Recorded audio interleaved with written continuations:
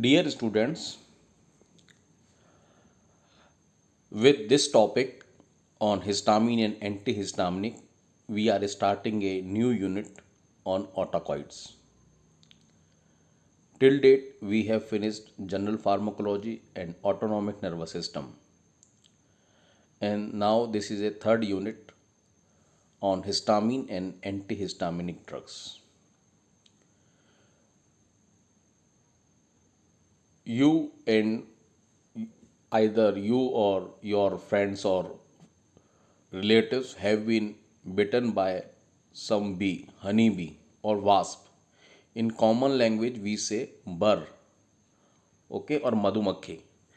They have been stung by bee or wasp. When they sting our skin, there is a redness on the skin, and around that sting, there is a swelling, and redness is also spreading in the surrounding area that you can see in this second image. This is the first thing. Secondly, in the last year physiology classes, you have been taught about the acid secretion in stomach. In that relation, you have been taught about histamine receptor present on parietal cell. In stimulation of histamine receptors in parietal cell, there is a gastric acid secretion. So these are the two main roles of histamine. First one is bee sting that causes allergy phenomena in our body, allergy or hypersensitivity. Second important role is gastric acid secretion in stomach. First one is histamine is causing allergy or hypersensitivity. So if you want to treat that allergy, you will use antihistaminic drug. You will antagonize histamine receptor. So that allergy, that bee sting will be relieved. Second, histamine receptor stimulation is causing gastric acid secretion. So if you want to inhibit this gastric acid secretion, you will antagonize histamine receptor with antihistaminic drugs. Okay, so this is the role of antihistaminic drugs. With this knowledge of past, we will proceed further in pharmacology. Okay, so starting with the autocoids. Histamine is a type of autocoid. What is autocoid? Autocoid is local hormone. As you know very well, what is hormone? Hormones are synthesized in one organ, that is endocrine organ, and through blood circulation they are transported at the distant site in body where they act. But on the other side, are autocoid act at the site where they are synthesized. They are not transported at the distant organ in the body. So their site of synthesis and their site of action is same or in the adjacent cells. They are produced by tissues or endothelial cell which after being released locally, they act at the site or near the site of their release. They are of different types like histamine, as we have said. Histamine is a type of autocoid, serotonin, prostaglandins, and bradykinin. These are the different types of autocoids. Now, this chapter is about the histamine. Where the histamine autocoid is found? It is found in the skin. Because as we have discussed, when the bee sting at our skin, there is a redness on the skin. So, and the chemical mediator that is involved for this redness and swelling is histamine. So, histamine should be present in the skin and it is there. And as we have discussed, histamine receptor stimulation in gastric mucosa in the cells responsible for gastric acid secretion. So they are present in GIT mucosa. They are also present in brain where it acts like a neurotransmitter. It is present also in lung, CSF, bone marrow, snake venom. Snake venom also causes hypersensitivity or allergic phenomena. So they are also present in snake venom and sting secretions. Predominant site of storage of histamine in our body, in our tissues, is mast cell. Mast cell store histamine, but their turnover of histamine when they are present in mast cell, it is slow. In some of the site, histamine is not present, it is not stored in mast cell like stomach and brain, where the turnover is rapid because it is not stored, so it is released immediately and turnover is rapid. As we have discussed, this histamine is in the parietal cell and brain. It's like a neurotransmitter. At this site, histamine is not stored in mast cell. Histamine is a important chemical mediator during allergy and hypersensitivity. So its role is very important, it's very crucial during immunological responses. When allergen is combined with IgE, these two things, these two chemical mediator combined to mast cell, this mast cell degranulate and it releases histamine. There are some drugs also that are responsible to liberate histamine. Morphine is one of the important drugs. Other drugs are D-tubercularine, it is a neuromuscular blocker agent, radio contrast media, and polymyxin B. Polymyxin B is an antimicrobial agent. These are the drugs that are responsible to liberate histamine, so they cause allergy. They cause hypersensitivity.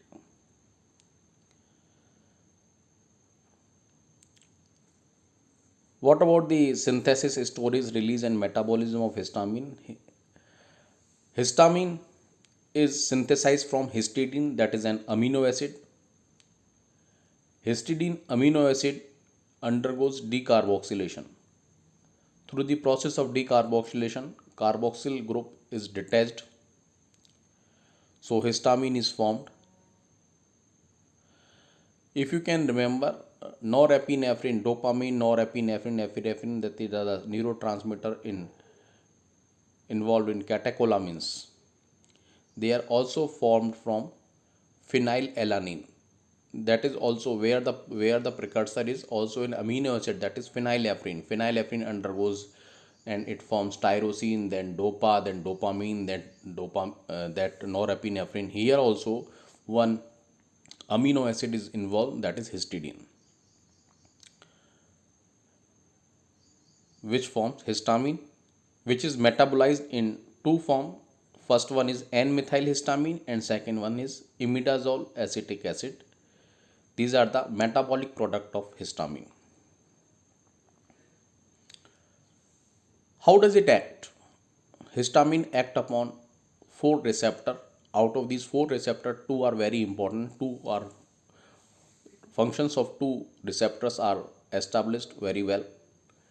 All these histamine receptors are G protein coupled receptor, and out of these four receptor H1, H2, H3 and H4, H3 is located presynaptically, that is inhibitory in nature, just like alpha 2 receptor in adrenergic transmission. Inhibitory type means stimulation of H3 receptor inhibit the release of histamine further.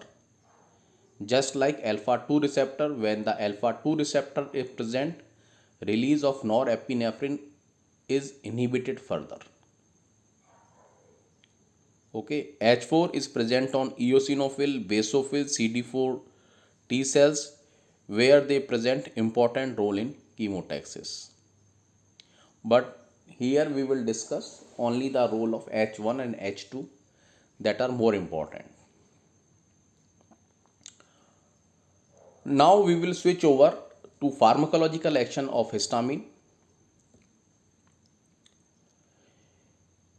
If you can remember, we discussed one mnemonic in relation of cholinergic transmission, functions or pharmacological effect through muscarinic receptor. That was misloved DHR.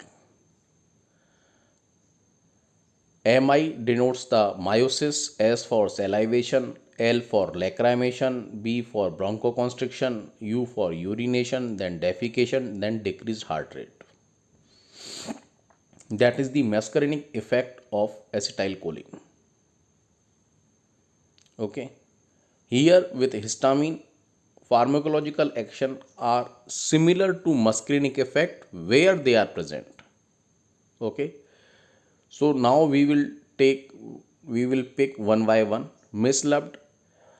Meiosis is not present with histamine receptor because histamine receptors are not present in eye. Salivation is not seen. Lacrimation is not seen. These three effect of acetylcholine are not seen with histamine.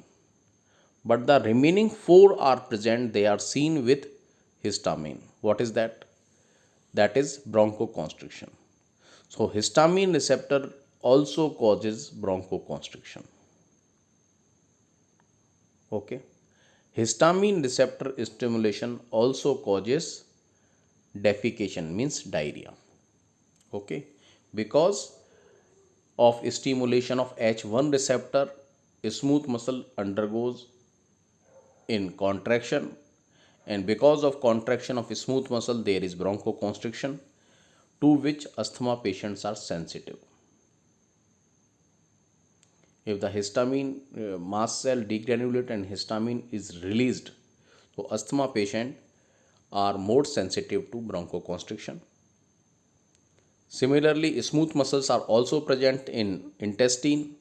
They undergoes in contraction to cause diarrhea. But remember, there is no effect on urinary bladder with histamine. Okay. So these two we have discussed. Now coming the DHR, decreased heart rate, we have discussed acetylcholine is cardiac depressant. Similarly, histamine is cardiac depressant. Acetylcholine, what is doing on the heart? It is negative chronotropic, negative inotropic, negative dromotropic. All these three actions are shown with histamine on heart. Histamine is negative chronotropic, negative inotropic, and negative dromotropic. Negative chronotropic means heart rate is decreasing. Negative inotropic means force of contraction is decreasing. Negative dromotropic means conduction velocity is decreasing with histamine receptors. But keep remember the effect of histamine in heart when the heart is present in our body, that is in situ. These effects are not seen. The effect of histamine on heart is seen when we are experimenting histamine on a isolated heart in lab. Okay. Now coming the effect of histamine on blood vessel. What the acetylcholine was doing on blood vessel? Acetylcholine was causing vasodilation. Similarly, histamine is causing vasodilation on smaller blood vessels. Keep remember, histamine causes smaller blood vessels including arterioles, capillaries and venules. There is a marked dilatation. Just think when bee stings on your skin, what happens there? There is a redness and swelling. Why there is a redness? Redness is because of vasodilatation. So you can keep remember like this. Bee sting, that is causes allergy, and for allergy which chemical mediator is responsible? Histamine. So histamine is causing vasodilation because until and unless there is vasodilation, redness will not occur. So bee sting causes redness of the skin, and for redness means vasodilation is important. So histamine causes vasodilation and acetylcholine is causes vasodilation. So histamine causes vasodilation for smaller blood vessels. Okay. But on the other hand, histamine causes constriction of large arteries and veins. Now we will discuss the vasodilation. When the histamine is injected subcutaneously, what happens? Vasodilation will be happen, and because of vasodilation, what will be the effect? Flushing. Flushing means redness, especially in the blush area, especially on the face. Heat will be produced, increased heart rate and cardiac output will be there with the subcutaneous injection. Okay, with little or no fall in blood pressure is seen. These are the effect on subcutaneous injection. When you inject histamine intravenously, it is a high dose. Okay, what will happen? Now the blood pressure will fall because of high dose of histamine, and this fall of BP is because of H1 receptor stimulation as well as H2 receptor stimulation. H1 receptor stimulation causes short lasting hypotension, while persistent hypotension is because of H2 receptor stimulation. Because with the low dose only the H1 component is manifested, because H1 receptors have high affinity towards histamine. So if you want to antagonize, if you want to stop this hypotension completely, you have to give H1 blocker as well as H2 blocker. You have to give antagonist of both of the receptors, because this hypotension is because of stimulation of both of the receptors, H1 as well as H2. So when we are discussing these pharmacological action, these are also be discussed again in adverse effect. Hypotension will be the adverse effect of histamine. Although the histamine is not a drug used therapeutically. So marked dilatation of smaller blood vessels including arterioles and capillaries in venules are seen because of H1 receptor stimulation directly, and H1 receptor stimulation causes vasodilation, and this effect is also seen through indirect effect also. How?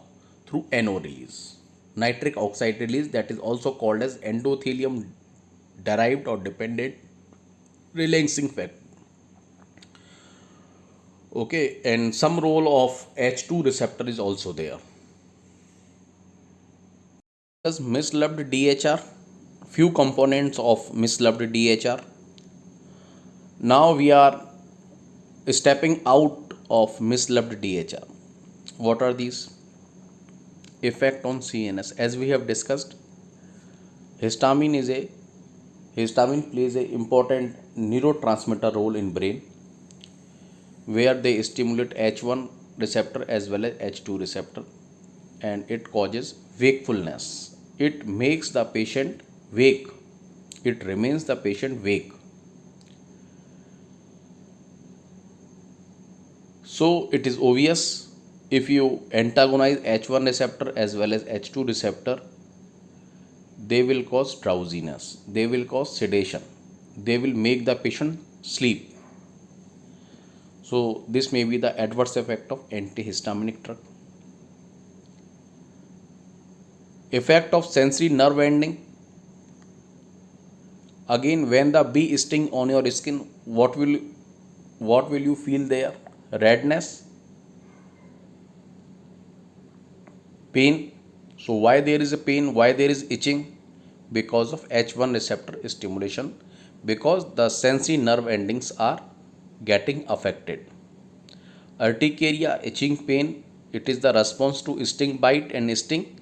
So because sensory pain endings are stimulated. Effect on gastric gland, as we have discussed already, histamine receptor stimulation causes gastric acid secretion in parietal cell of stomach, and there H2 receptors are involved. H1 receptors are not involved there. Okay, so basically H1 receptor stimulation causes allergy phenomena. Bee sting, snake venom, these all allergy phenomena responsible to cause allergy. With their H1 receptor stimulation is responsible. In the gastric acid, H2 receptor stimulation is responsible. Okay. So when you antagonize H1 receptor, these drugs are called as H1 blocker drug or H1 antagonist drug. Conventionally, these drugs are called as antihistaminic drugs. Antagonists of H1 receptor are called as antihistaminic drugs. Antagonist of H2 receptor, they are called as H2 blocker drug. Although they are also antihistaminic because they are antagonizing H2 receptor, which is a type of histamine receptor. So H2 blocker are also antihistaminic drugs, but conventionally by tradition H1 blocker drugs are called as antihistaminic drugs like cetirizine, levocetirizine, chlorpheniramine maleate. These are the antihistaminic drugs and popularly called as anti-allergic drugs. While H2 blocker drugs block the H2 receptor, they are not called as antihistaminic drugs conventionally. These drugs are used in treatment of peptic ulcer and other related clinical conditions. Okay, that is written here. H1 receptor antagonists are called as conventionally antihistaminic drugs, and H2 receptor antagonists are conventionally called as H2 blocker drugs. Although both of the drugs are antihistaminics, you can say, but this is not conventionally designed. H1 receptor antagonists are antihistaminic drug and antagonist of H2 receptor are H2 blocker drugs.